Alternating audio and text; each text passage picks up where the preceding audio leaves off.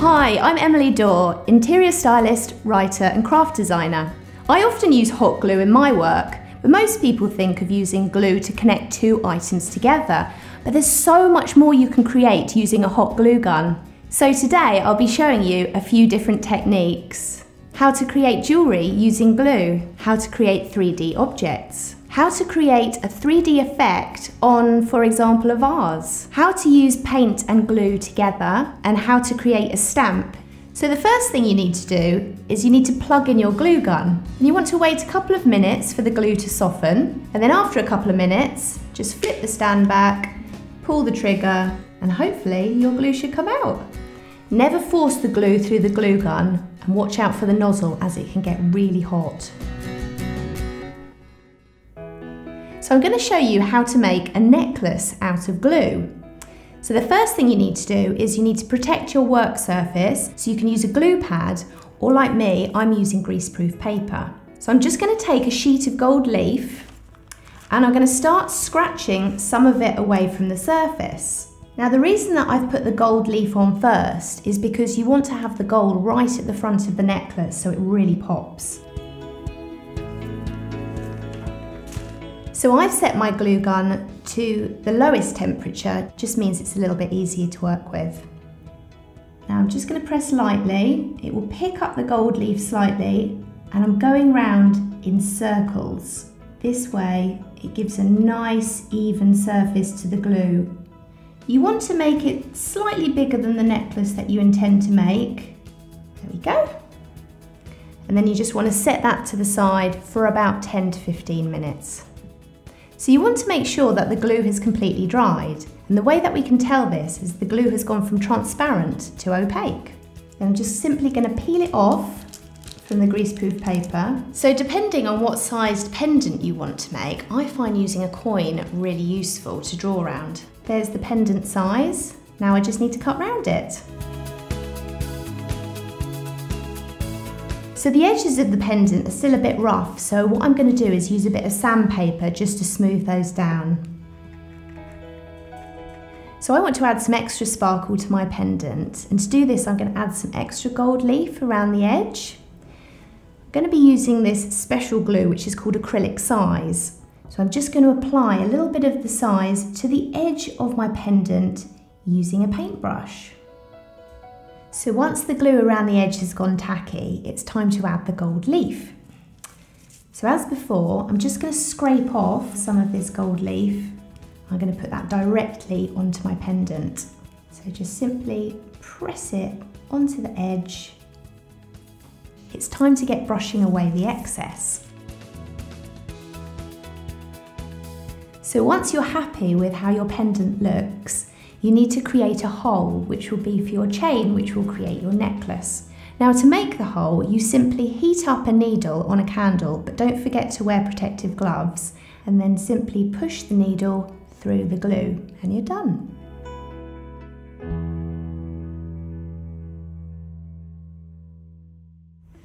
So next I'm going to show you how to create a 3D object out of the hot glue. So here I'm going to be making a pineapple. And I just need to start in the top bit first because that's the trickiest bit, and then you can fill the rest of the mould.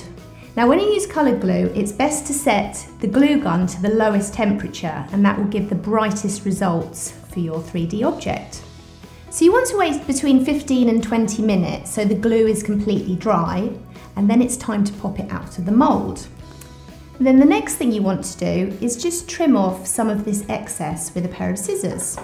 And then a really nice thing to do is actually give it a glossy effect. Now you can do that by using either a heat gun or a hairdryer. Make sure you don't put the hairdryer on there too long, otherwise you'll remelt it.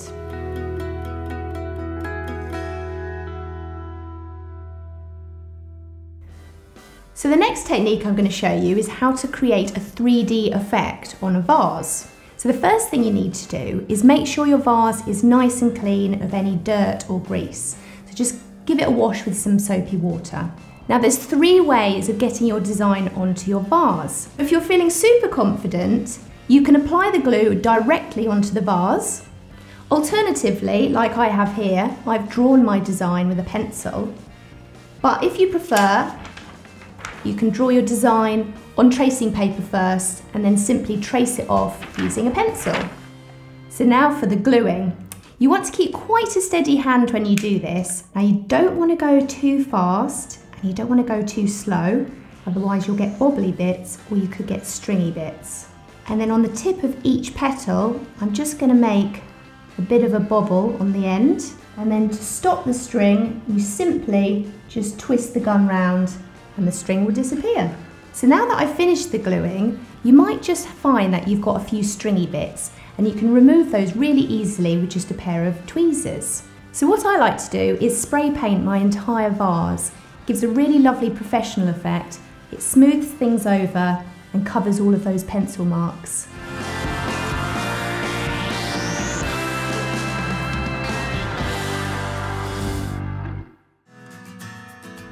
I'm now going to show you a fantastic technique of how to create a stamp using a piece of wood and my hot glue gun. I've already drawn my design onto my piece of wood.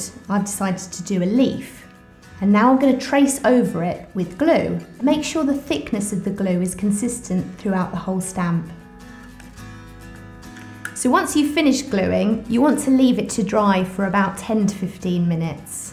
So now it's time to add some coloured ink. Now I'm going to use these colourful inks, but if you like, you could actually choose to use some fabric paint and stamp your design onto an item of clothing. Once you've inked the entire stamp, it's time to get your piece of paper. Now I'm going to leave my stamp this way up and actually press the paper directly onto the stamp. That way I can actually feel all of the grooves of the stamp so it gets a really good impression. And as you can see, it's created a beautiful stamp.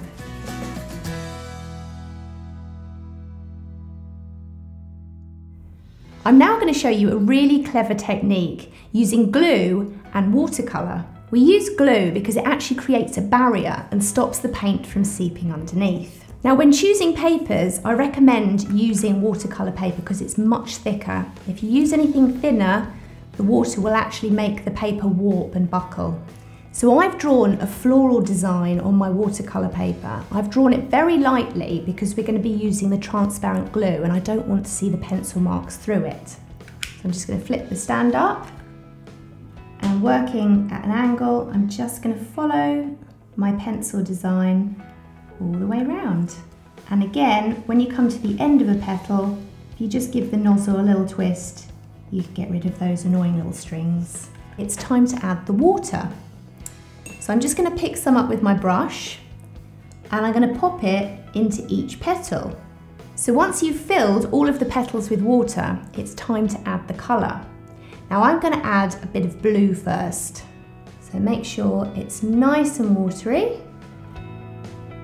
Dot it onto the water and look at that.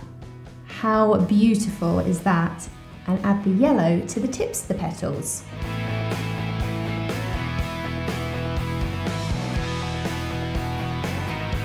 So I'm going to actually add a wash to mine to really make the flowers pop out. And I'm going to leave the glue as well for that lovely 3D effect. I do hope I've given you a lot of inspiration. So next time you're feeling creative, why not use a glue gun?